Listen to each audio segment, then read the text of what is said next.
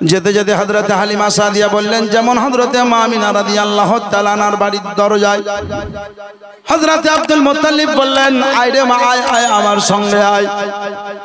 একটা কথা জেনেলে হালিমা সাদিয়া, এটাই বাড়ি থেকে বাচ্চা দেব। হযরতে হালিমা সাদিয়া যখন ভিতরে প্রবেশ করলেন, আর হযরতে মা আমিনার কোলে আমার নবী হালিমা সাদিয়ার যেমন গলা পেয়েছেন, তো আমার বিশ্ব নবী মা আমিনা রাদিয়াল্লাহু তাআলা আনহার কোল থেকে উঠে ওর মতো ছটফট ছটফট করতে লেগেছে। সুবহানাল্লাহ।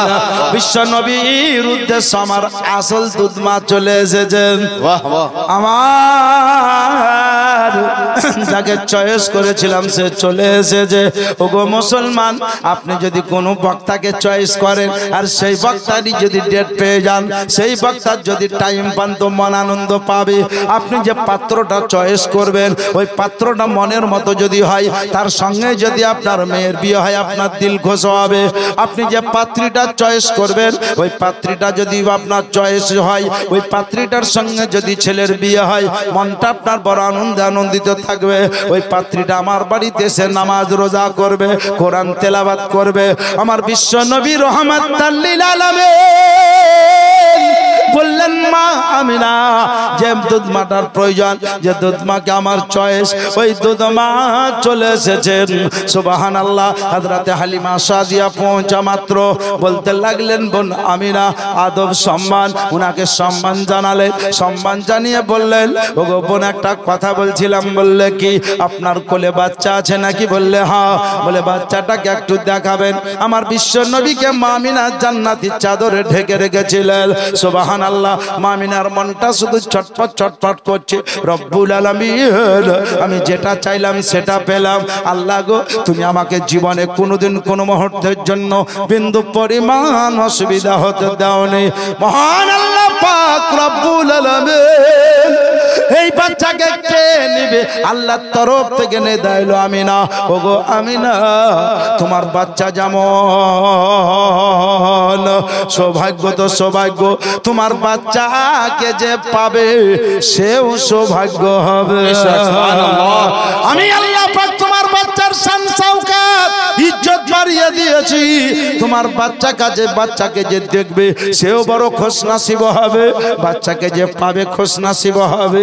তোমার বাচ্চা যে দুধ মাকে চয়েস করে, আমি আল্লাহ পাক ওই দুধ মাকেই তোমার কাছে পাঠিয়ে দিয়েছি। সুবহানাল্লাহ। বললে বোন, একটু বাচ্চাটা আমাকে দেখাবে? হযরতে মা আমিনা রাদিয়াল্লাহু তাআলা বাচ্চাটার নুরানি চেহারাখানা, সুবহানাল্লাহ, চেহারা মোবারক থেকে জান্নাতি চাদরটা একটু তুলে দিয়েছেন। আর তুলে দিয়ে বলে দিয়েছেন, সুবহানাল্লাহ, বলে দিয়েছেন কি দেখেন, এই দেখো বাচ্চা। হযরতে হালিমা সাদিয়া বললেন, বাচ্চাটার নুরানি চেহারা দেখলাম। আর দেখার পরে হাত দুটোকে এরকম আদব লেহাজের মতো করে মা হালিমা বলতে লাগলেন, আসমানের দিকে তাকালাম। আর আসমানের দিকে তাকিয়ে বেশ কিছুক্ষণ, কয়েক মিনিট অপেক্ষা করলো। আর অপেক্ষা করার পরে হযরতে হালিমা সাদিয়া মাথাটাকে নামিয়ে মা আমিনার সামনে হাত বাড়িয়ে দিয়েছে। মা আমিনাকে বলতেছেন, দাও দাও, ওগো দাও। বললো, বোন, আমি তোমাকে বাচ্চা দেব, কিন্তু একটা কথার উত্তর তোমাকে দিতে হবে। বললে কি? বলে একবার বলো যে এই বাচ্চাটাকে আমার দেখলে, এই বাচ্চাকে দেখে তোমার মনে কি হইলো? তোমার মনে কি জাগলো? তোমার মনে কি প্রশ্ন হইলো যে আমার বাচ্চাটাকে দেখার পরে আসমানের দিকে চেহারা করে তুমি কি চিন্তা করছিলা? হযরতে হালিমা সাদিয়া বললেন, বোন আমিনা, ওই কথাটা আলাদা। বললে একটু খুলে বলতে হবে। বলে আপনি বলতে বলছেন, তখন বলতে বাধ্য হইলাম।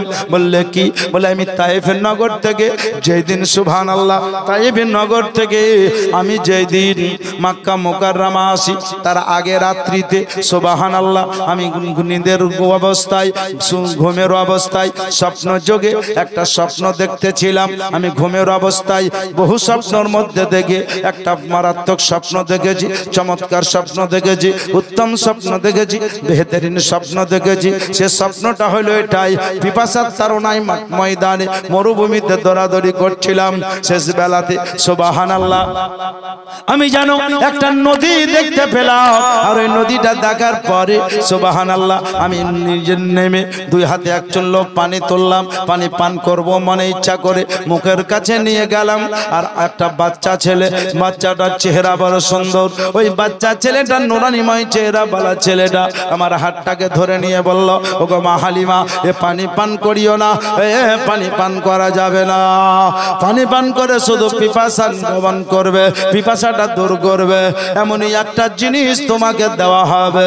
মক্কা মুকাররমা যাস, একটা বাচ্চা এসেছে, ওই বাচ্চাটাকে দেব, ওই বাচ্চাটা পেলে পানিরও পিপাসা মিটে যাবে, ভুকেরও পিপাসা মিটে যাবে, ভেঙে যাওয়া নসিব চমকে যাবে, ভাঙা ঘর চাঁদের আলো হবে। একবার চলে যাস। এই বলে আমার হাতের তলাতে জোরে থাবা দিয়েছিল, আর থাবা দিয়ে আমার হাতের পানিকে নদীতে ফেলে দিয়েছিল। সেই বাচ্চাটা স্বপ্ন জগতে দেখেছি আমি হালিমা সাদিয়া, আল্লাহর কসম বলতেছি গো, ওই বাচ্চাটার চেহারা আর আপনার কোলে যে বাচ্চাটা আরাম করছে এই বাচ্চাটার চেহারা, আমি মনকে জিজ্ঞাসা করলাম, আর মনকে জিজ্ঞাসা করে উত্তরটা পেলাম, ওই হাতের পানি ফেলে দেওয়া বাচ্চা আর এই বাচ্চাটার একই চেহারা। সুবহানাল্লাহ, সুবহানাল্লাহ। আমি জানতে পেরে নিয়েছি সেই দিন যে হাতের পানি ফেলে দিয়েছিল আর বলেছিল আয় আয় আয় বাচ্চাটা নিবি, সেই বাচ্চাটা অন্য কেউ ছিল না, আমি হালিমা সাদিয়া বুঝে নিয়েছি সেদিনের বাচ্চাটা ছিল এই বাচ্চা। সুবহানাল্লাহ, সুবহানাল্লাহ। দাও বোন, বাচ্চাটা দাও। আঙ্গুর করে হুর ভরপুর পেশায়, আর বেদানা দিবানা নবীর ভালোবাসা। গাছের ওই কালো তাল তার জিকিরেতে এলো হাল, আর হালিমা এসে বলে ওরে তোরা থাম, আর আগে আমি নিয়ে যাব আমিনার ওই দান, আনবো কি আছো লেতে করে,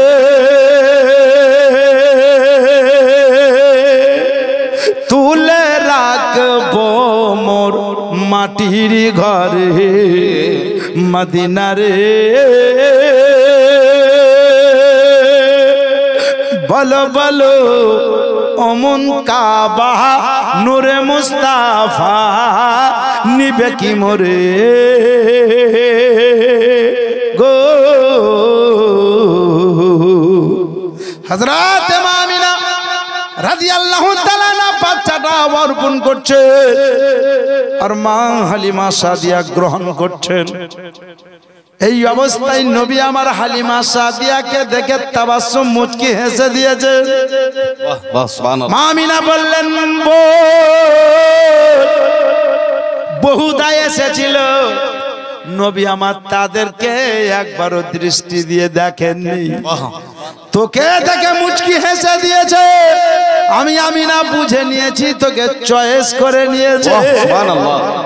তুই আমার কথা শুন হালিমা সাদিয়া, এই বাচ্চাটাকে হেউ মনে করিও না বোন রে, এই বাচ্চাটাকে যত মহব্বত করবা তত আল্লাহ পাকের ভালোবাসা পাবা।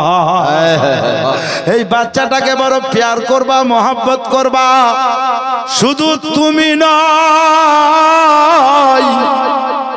এই বাচ্চাকে বিশ্ব জাহানের যে কোনো প্রান্তের যে কোনো লোক মহব্বত করবে, জগৎ তার মহব্বতে এসে ঝাঁপ দেবে। প্রমাণ বুঝেলেন, যদিও মুক্তার হোসেন উর্ফে টিটন একাই প্রোগ্রাম করেছে, একাই প্রোগ্রাম করলে সুবহানাল্লাহ গোটা গ্রাম মিলে করলেও বহু গ্রাম আছে জালসাতে এত লোকের ভিড় হয় না, এত সুন্দর প্যান্ডেল খরচ হয় না, কিন্তু একাই করেছে কারণ তার নিয়ত হইতেছে আমার বিশ্ব নবী বেমিসাল, আমার প্রোগ্রামও হবে বেমিসাল। বুখারী শরীফের হাদিস বলল ইন্নামা আমালু বিন্নিয়াত, তোমার নিয়তের উপরে দারোমাদার। মিশকাত শরীফের হাদিস বলল প্রথম চ্যাপ্টার প্রথম হাদিস ইন্নামা আমালু বিন্নিয়াত, তোমার নিয়তের উপরে দারোমাদার। তোমার নিয়ত যেমন হবে ফল ওই রকমই বলবে। ওগো মুসলমানেরা, নিয়ত গুণে বরকত হয়। আপনার নিয়ত যদি ভালো হয় তো সুবহানাল্লাহ সবকিছু ভালো। এই হাদিসে পাককে লক্ষ্য করে আমি আপনাকে 1 মিনিটের একজন আল্লাহর ওলির কারামাত বলি।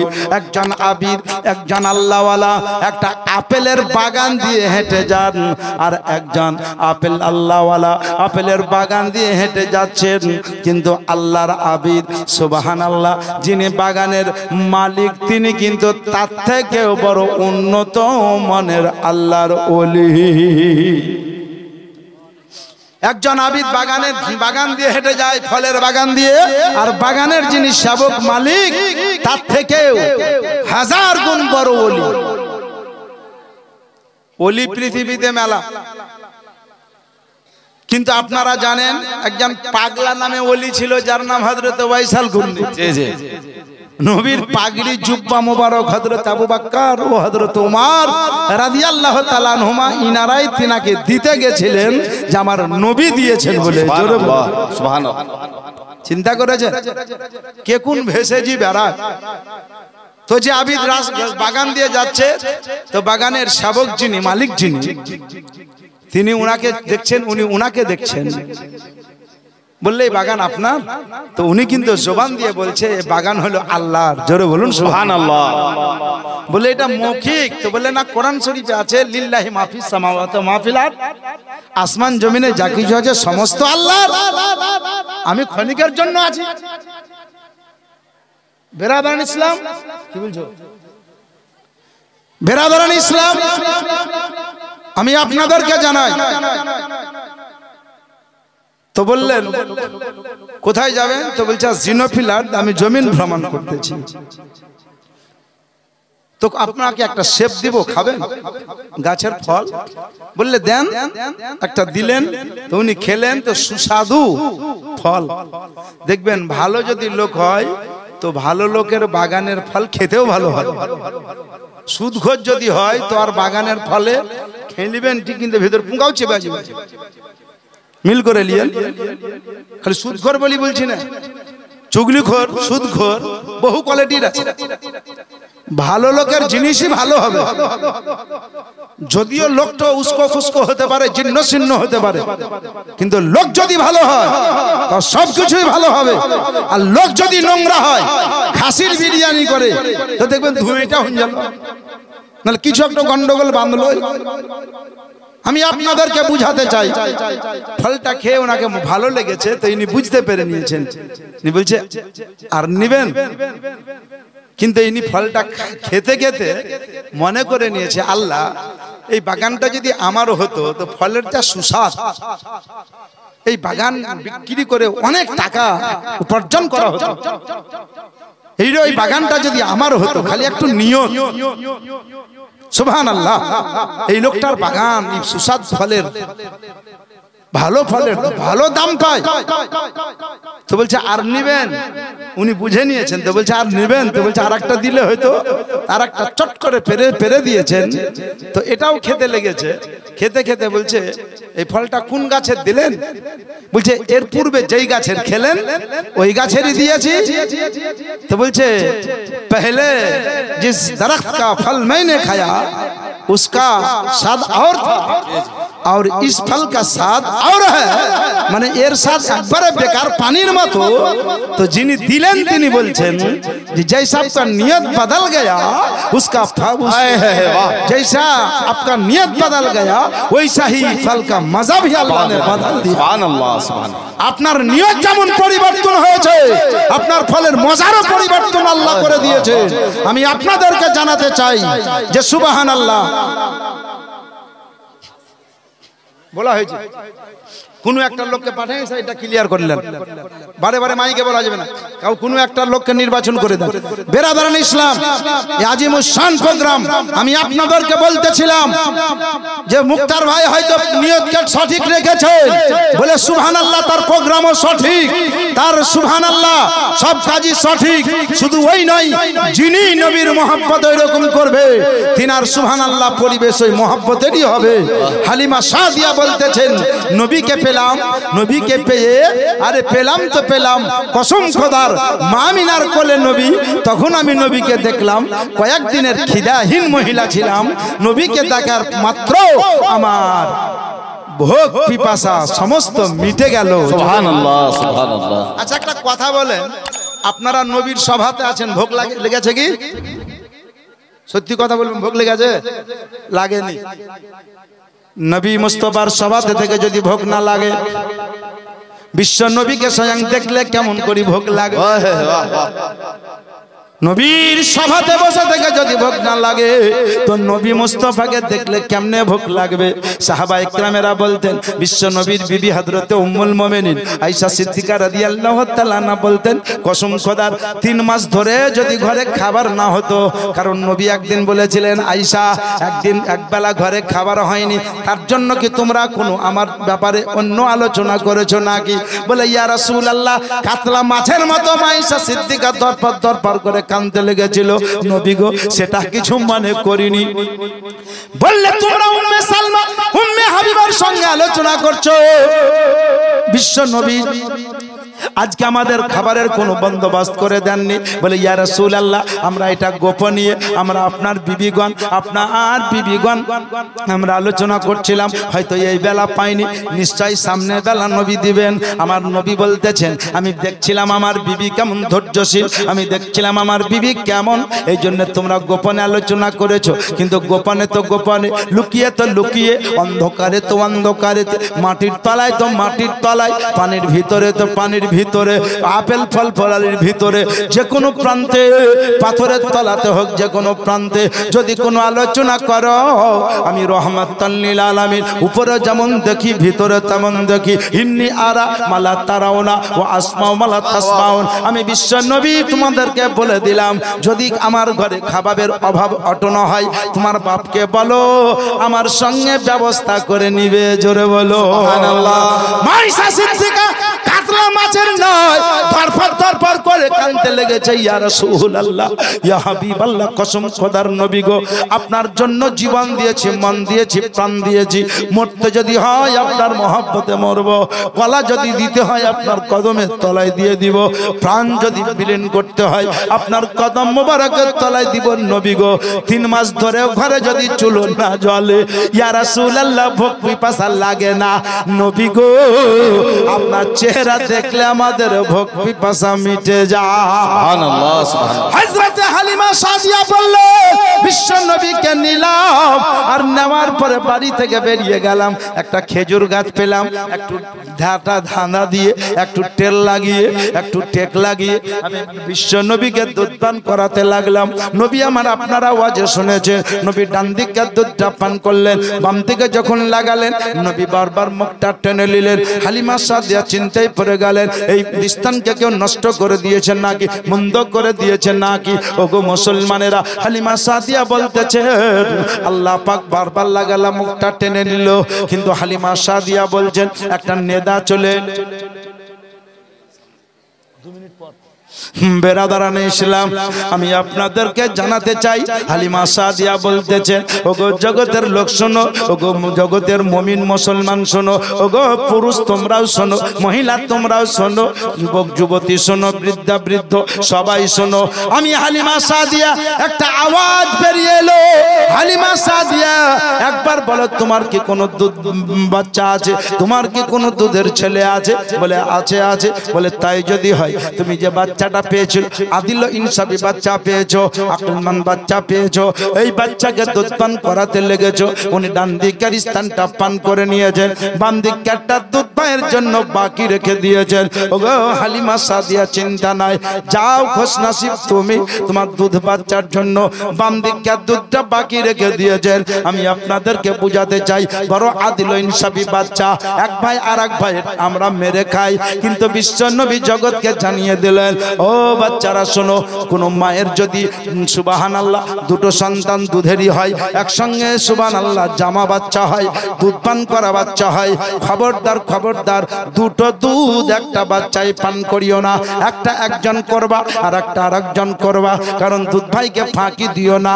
বাচ্চা কালে যদি ফাঁকি দাও তো তোমার দ্বারাতে বড় হয়ে ডবল ফাঁকি দেওয়া হবে। সুতরাং তুমি শিক্ষা যদি নিতে হয় নবীর কাছ থেকে নাও, দীক্ষা যদি নিতে হয় নবীর কাছ থেকে নাও, শরীয়তের জ্ঞান যদি সঞ্চয় করতে হয় নবী মুস্তাফার ঘর থেকে নাও। আমি আপনাদেরকে জানাতে চাই, হালিমা সাদিয়া এই নিয়ে ধরতে ধরতে চলে আসছে। হযরতে সুবহানাল্লাহ হারিসের কাছে চলে এলো। হযরতে হারিস বলতে লাগলো, বিবি গো আমাকে ফাঁকি দিয়ে, রাতের বেলাতে নয়, আমাকে ফাঁকি দিয়ে সুবহানাল্লাহ শুধু দিনের বেলাতে নয়, তুমি বাচ্চা আনতে এসে লোকের বাড়িতে ভালো ভালো খাবার পেয়েছো, খেয়ে নিয়েছো, পানি পান করেছো, পেট ভরে নিয়েছো, দেহকে তাজা করে নিয়েছো, তোমার স্থানগুলো সুবহানাল্লাহ বাচ্চা দুধ পান করার মতো হয়েছে, দেহর পরিবর্তন হয়েছে, তোমার চেহারা সুবহানাল্লাহ সুন্দর লাগছে, চেহারা যেন দেখতে ভালো, অঙ্গ প্রত্যঙ্গ তাজা হয়ে গেছে। বলতে লাগলো, স্বামী কসম আল্লাহর বলতেছি, আপনাকে ফাঁকি দিয়ে আমি কখনো এক ফোঁটা পানি কোথাও পান করিনি, আজও করিনি। বললে তোমার চেহারার পরিবর্তন কেন, দেখতে কেন সুন্দর? বলে কারণ একটা, যে আমি যে বাচ্চা পেয়েছি গো জননী, ও গো আমার স্বামী আকা, যে বাচ্চা পেয়েছি, এই বাচ্চাকে আপনিও যদি একবার দেখলেন তো আপনারও ভোগ পিপাসা মিটে যাবে। দেখাও তো, বাচ্চাটা দেখাও বলেছে তো সুবহানাল্লাহ। আমার বিশ্ব নবী আলামিন আকা মুস্তাফা সাল্লাল্লাহু আলাইহি ওয়াসাল্লামকে হযরত হারিস যেমনই দেখে নিয়েছে, কসম খোদা হারিস বলল, বিবি যেই বাচ্চাকে নেওয়ার কথা ছিল আল্লাহ পাক ওই বাচ্চাকে মিলিয়ে দিয়েছে। যে হীরা আনতে এসেছিল সেই হীরা পেয়ে গেছো, যে মুক্তা আনতে এসেছিল সে মুক্তা পেয়ে গেছো। বাচ্চাকে দেখলেই, যেই বাচ্চাকে দেখলে ভোগ পিপাসা মিটে যায়, সেই বাচ্চাকে ঘরে রাখলে ঘরের বরকত হবে। সুবহানাল্লাহ সুবহানাল্লাহ।